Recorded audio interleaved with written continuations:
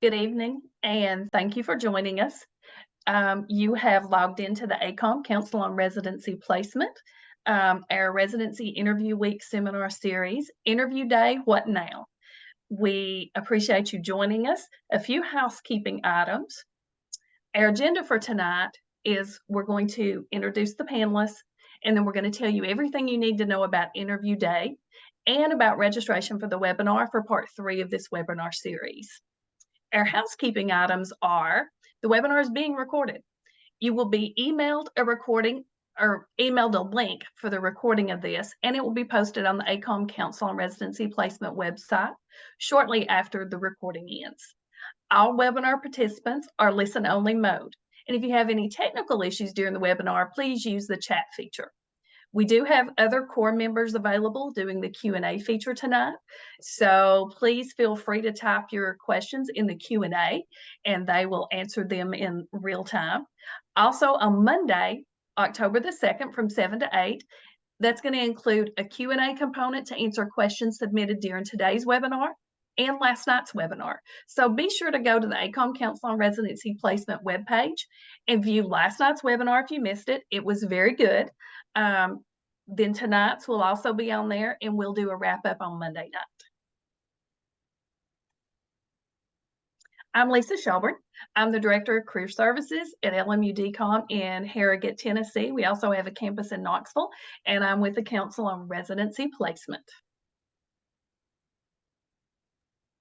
Hi, everyone. I'm Aliza Perez. I'm a PGY1 at the Mount Sinai Hospital in New York, and I'm really excited to be here tonight. Thank you for having me, AACOM. I'm really grateful to the mentors, my family and friends who have helped me get this far, and my goal is to really provide that mentorship and guidance tonight. Thank you. Well, we're going to start out with Interview Day and with virtual interviews. And these are questions that have been submitted from the registration process. And we're going to discuss a little bit about the virtual day and about the in-person day. So, Dr. Perez, what's a typical schedule for virtual interview days? How long are they? Tell us a little bit about it. Yeah, usually the night before an interview, you'll have a Zoom session if it's virtual with some residents, and it's really informal. It's just a Q&A to get to know more about the program and ask any questions that are not on the website or anything else you want to know. And then the day of the interview is typically the next day. It's usually 2 to 4 hours. Sometimes it'll be up to 5 hours.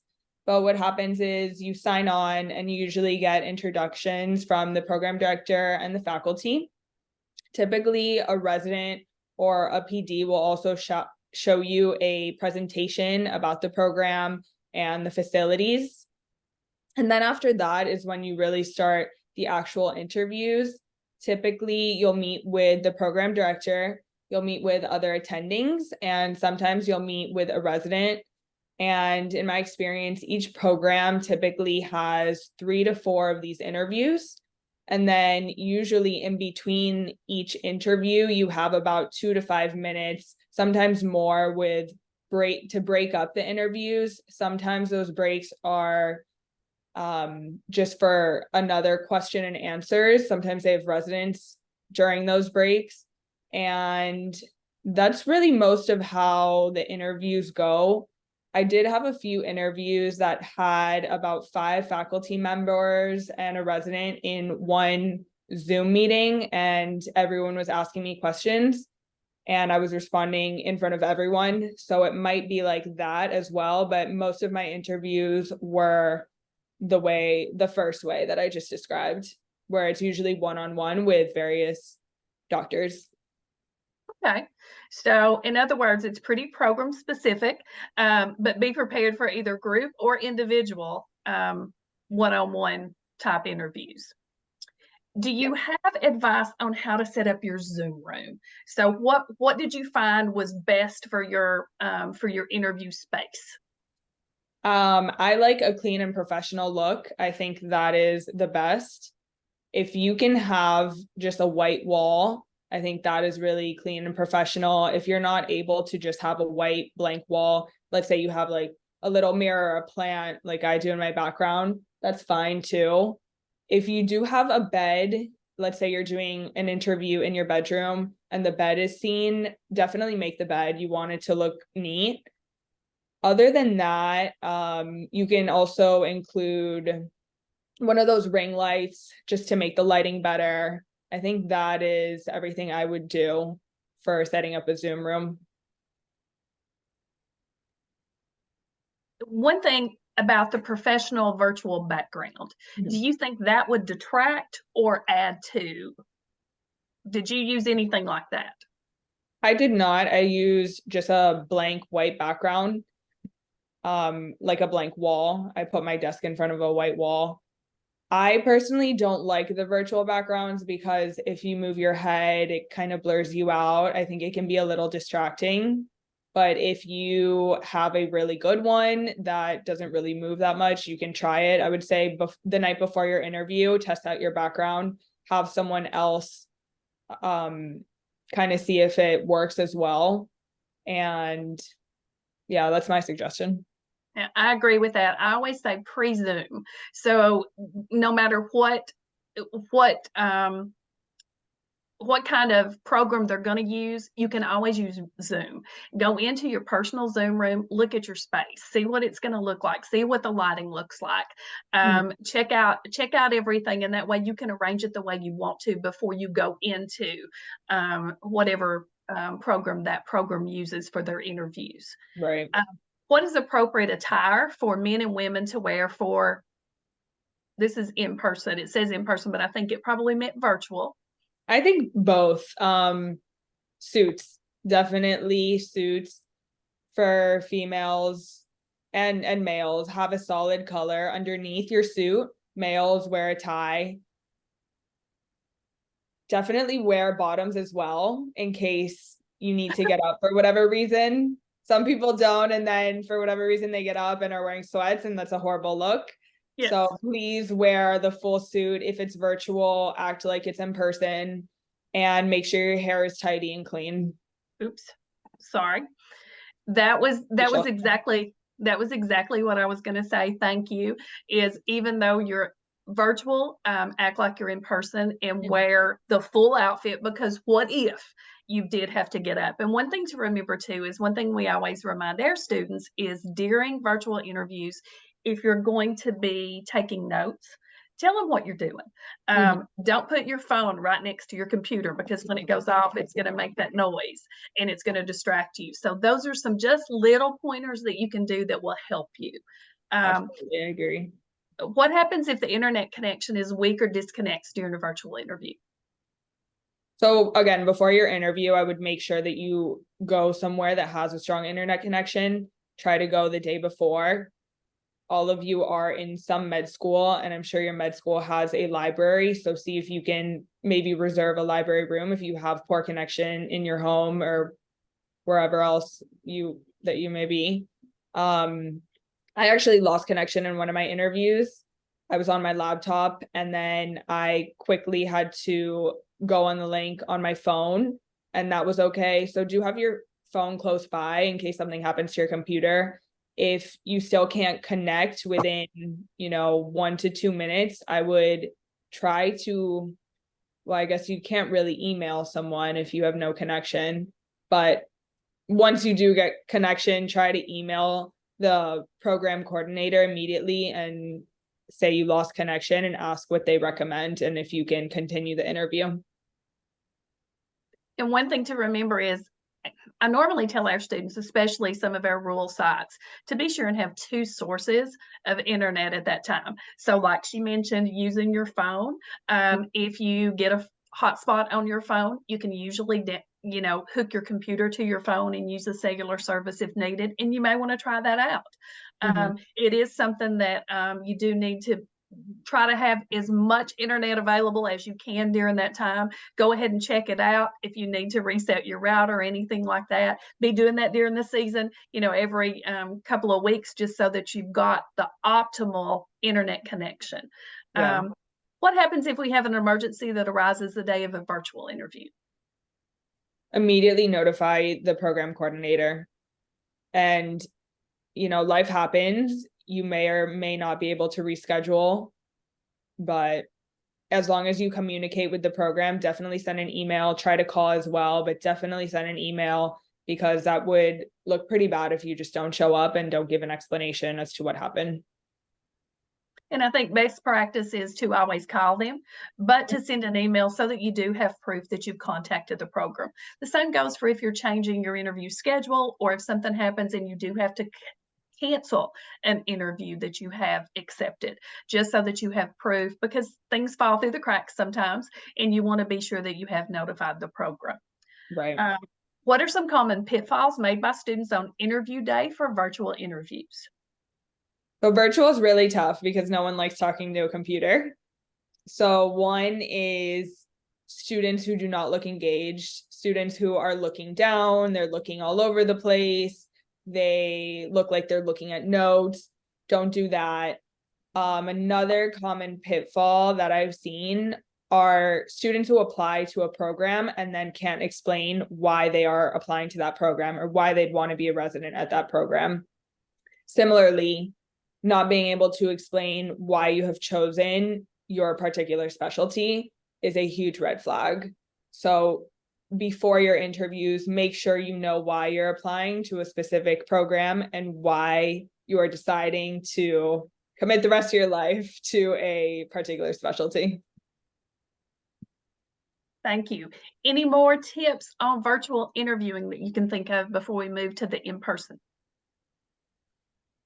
I would say practice speaking at a computer, because it is difficult. It's way different than speaking to a human in person. So just practice beforehand. And many schools are offering big interview medical. We offer that to our students, and we've really had good feedback from it, but there's different kinds of virtual interviewing prep that you can get. Your school may even offer it. So be sure and go back to your school and ask questions, ask what they recommend. They may have someone that can practice with you. Big Interview Medical or some other resource may be available from your school. So be sure and go back to your school and see what they have to offer that can help you with it. Interview day, in-person interviews.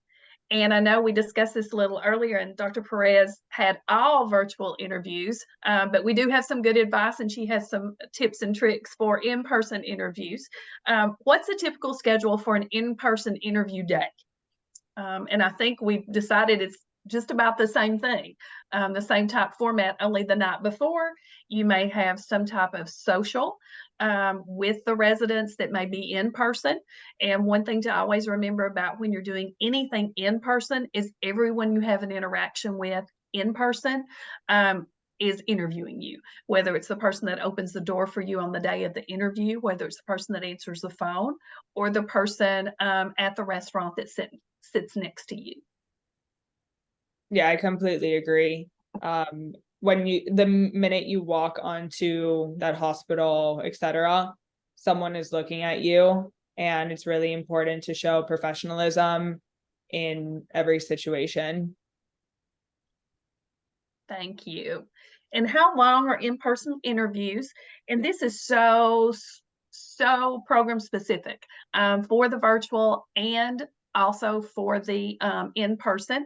So it's really best to be sure that you've read your emails, you've read all your communications from the programs, so that you know what to expect. Each schedule is just a little bit different.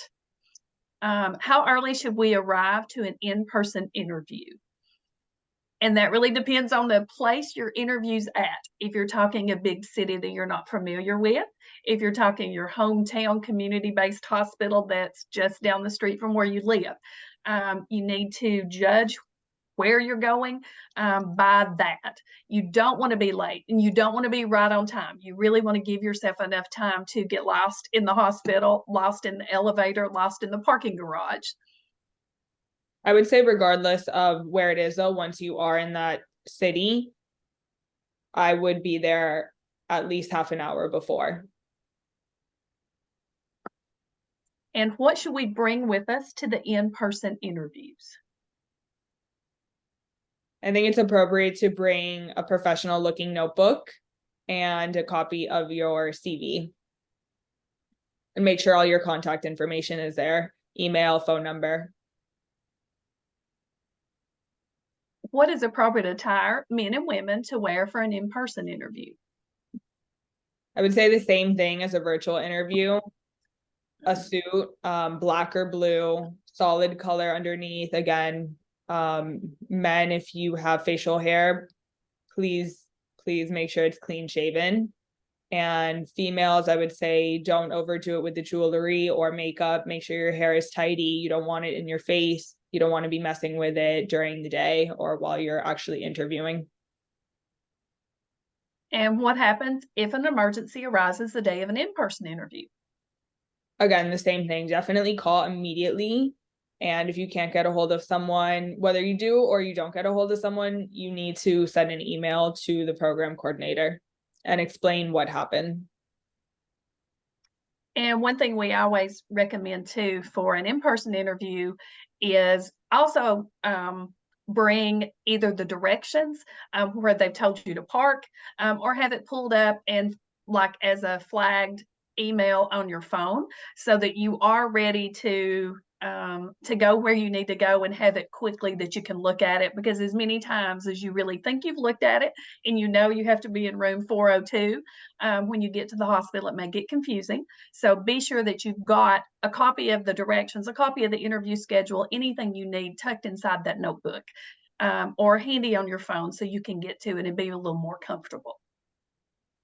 What are some common pitfalls made by students on interview day for in-person? In person, I think people get more nervous.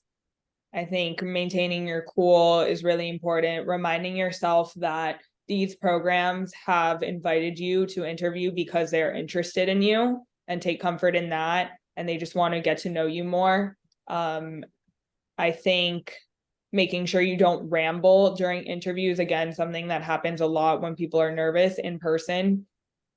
Just be yourself, honestly. And I know that's really cliche, but it really is important to be yourself, because interviewers will pick up if you're trying to be someone different or not being genuine or organic. And that is just critical. And again, the same goes for an in-person interview. You need to know why you're applying somewhere and why you're going into that specialty. And I think it's really important to keep your notes, keep your questions, keep notes from both virtual and in-person interviews, and be ready to compare those programs. You know, you're going to have a lot of interviews and you're going to need to know, what did you like about this program? What did you still have questions about? So that's talking points moving forward.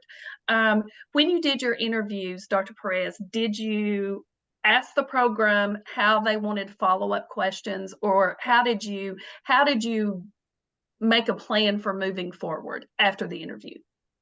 At the end of the interview, if we still had time for questions and answers, or during the breaks during interviews when there were residents or program coordinator there available, I would ask at that point. And what did most of the programs tell you? How did that usually work? Most of them said the program coordinator would send us on email with the contact information of the doctors who interviewed us or residents who interviewed us. Did you have a lot of follow-up communications with programs that you interviewed at? Define a lot. Well, did you have to email them questions, or did they email you saying, we really hope you're going to come to our program? You know, students get really nervous once they interview and they wonder, should they have follow-up? Should they email them, or should they leave them alone? Again, I think that's really program specific. I wouldn't freak out if you don't hear anything.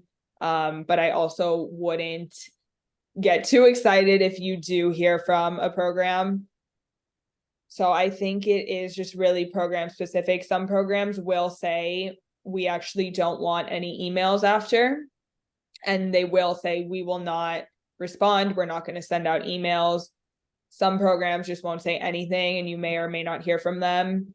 But if programs have said that they're okay with students emailing them, then feel free to email your questions and any follow-ups that you might have. Thank you. One more question about interviewing, and how did you, or have you heard of other students or people that you've worked with that have wanted an interview with the program, didn't get it, and how do they make sure they get that interview day? Is there any tips and tricks to that? Yeah, Or not? unfortunately, you won't get every interview that you want. Hopefully you'll get a lot of interviews though. If you haven't heard from a program, I would recommend reaching out to the program coordinator first. You can just say, hey, you know, I'm really interested in this program. These are my reasons why. I would be grateful to have an interview. Or is your hospital still sending out interview invites? If they say they're not, say, you know, at that point, you can maybe, it depends how comfortable you are. But you can maybe say, you know, here's my application again. These are the reasons I want to interview there. Will you take a second look at my application? They might not, they might, but it is worth a try, unless they say absolutely not, we're done, we are no longer going to interview at all. Thank you. And as Dr. Perez said, it is very program specific. So it's really hard to generalize what your day is going to be like, whether you'll be in person, whether you'll be virtual. We've already heard from students in our school who have been offered the option if they want to do in person or virtual. Some of them have just done strictly virtual. We're hearing a lot of family medicine already and some internal medicine. So it's off and running already, but it's not time to panic yet either. What other advice do you have for interview day? I think it's all in the preparation, honestly. So interviews are essentially like a marathon. Everything's in the preparation. Before you get to that interview, like I already said, know why the program, know why the specialty, know what your weaknesses are, be able to explain them, know what your strengths are, be able to explain them, know everything that's on your application, and be able to talk about that. And practice doing some typical interview questions that you can find online, just so you can think about it, because it's sometimes hard to get to the interview. And if you haven't thought something out at least a little bit, it might be difficult for you to respond to that interviewer. So I think really take time and prepare for the interviews, just practice speaking, and that will serve you well on interview day. Very good advice. And I'm also going to leave my email in the chat. If students want to reach out to me, feel free to follow up with questions. That's wonderful. Thank you. And we do invite you to join us for webinar 3 of this 3-part series on Monday, October the 2nd at 7 p.m. This session and the session from last night will be posted on the AACOM CORP website, so you can review last night's or tonight's, and then move forward to Monday nights. And Monday nights will be an hour, and they will be following up with questions from tonight and last night, and having new questions also. And do we have any questions in the Q&A or the live chat that we need to answer live, or for Dr. Perez?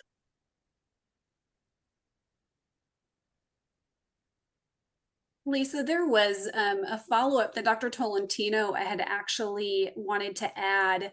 Dr. Tolentino, do you want to chime in about your thoughts on if there are weather issues in your connection the day of a virtual interview? Sure. Thank you, Ms. Katie. Thanks, everyone. You know, when we were talking about the weak connection, so if you're in a storm, and I think Dr. Perez mentioned here that she got disconnected during one of her interviews. If you have a storm that day, I mean, you can't control the weather, obviously. Just let them know that you are in an area that is having some serious weather that day. And as you start to connect, give them your cell phone number. So that way, if you do get disconnected, they can connect with you, reconnect with you by cell phone. Okay, that's a way that you can have that in case that does happen.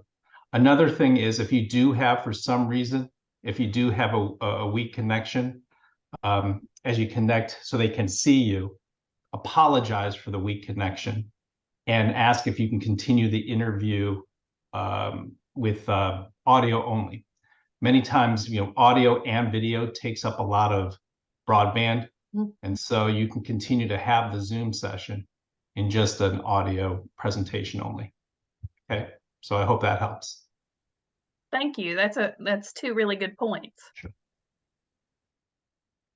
I just think- saw a question in the chat. Should you send your interviewers a thank you email? If the program says we don't want emails, absolutely not. Listen to what the program says. However, if they don't say anything and they provide you with the interviewer's email, I would send them a thank you. And how long after? The next day. Thank you. That's good advice. I think, again, following the program's lead, and following what they say. If they don't tell you no contact or no emails, then that's one thing. But always listening to what they say, and following the directions, the emails. Always check your spam folder. The night before, the week before, start checking your spam folder. Start checking your all your emails just to make sure that you've got all the information from the program, and be prepared with your questions. I see another question. It says, what advice do you have about rank to match emails? My advice is do not rank a program just because they have sent you a rank to match email. I've heard stories from colleagues who did not match at a program that they put number one, who said that the program said that student was ranked to match. So when you are ranking, rank the program based on where you see yourself, where you would be happy, where you think you're going to get the best training, and you won't go wrong like that. Thank you. That is very good advice. As the NRMP always says, rank to your preferences. Mm-hmm. Absolutely. Yeah, that is very good advice. In the chat that I think might be beneficial for one of you to answer. So how do you recommend to respond to a question about what our board scores are if the interview is before we get the scores back? Also, what if we don't pass the first time? I think explaining why you didn't pass and what you learned from it and how you overcame it to then pass is important. I think it's always important to be upfront and transparent because they're going to know your board scores when they come in. And what they want to know is they want to know what happened, how'd you fix it, and how's it going to impact you moving forward. So I think that's the same with any red flag in your application. They want to know what happened, how'd you fix it, and how's it going to impact you. And I think if you practice that, you'll be fine. I agree. It's more about what you learned from it and how you grew as a person that is important to display. And at the end of the day, remember, this is a job interview. So put your best foot forward because you really want to go to work for that residency program. So all of those skills that we've talked about are very important, and having all the information ready when you walk in the door. Take good notes so that you're ready and prepared when it comes rank order list time. And we want to thank Dr. Perez for joining us tonight and sharing her experiences. We've really appreciated it. We want to thank all the other core members behind the scenes who are helping with the Q&A and the chat. And we look forward to Monday night session. Interviews are over. Next steps. The QA code on the slide now. You can register there, or you can go to the AACOM Council on Residency Placement website. Thank you all for having me, and students, please reach out to me if you have questions or want to chat more. I am very busy this year, but I will make it my goal to help you guys. Thank you very much. And thank you, students, for joining us, and be sure and register for Monday night.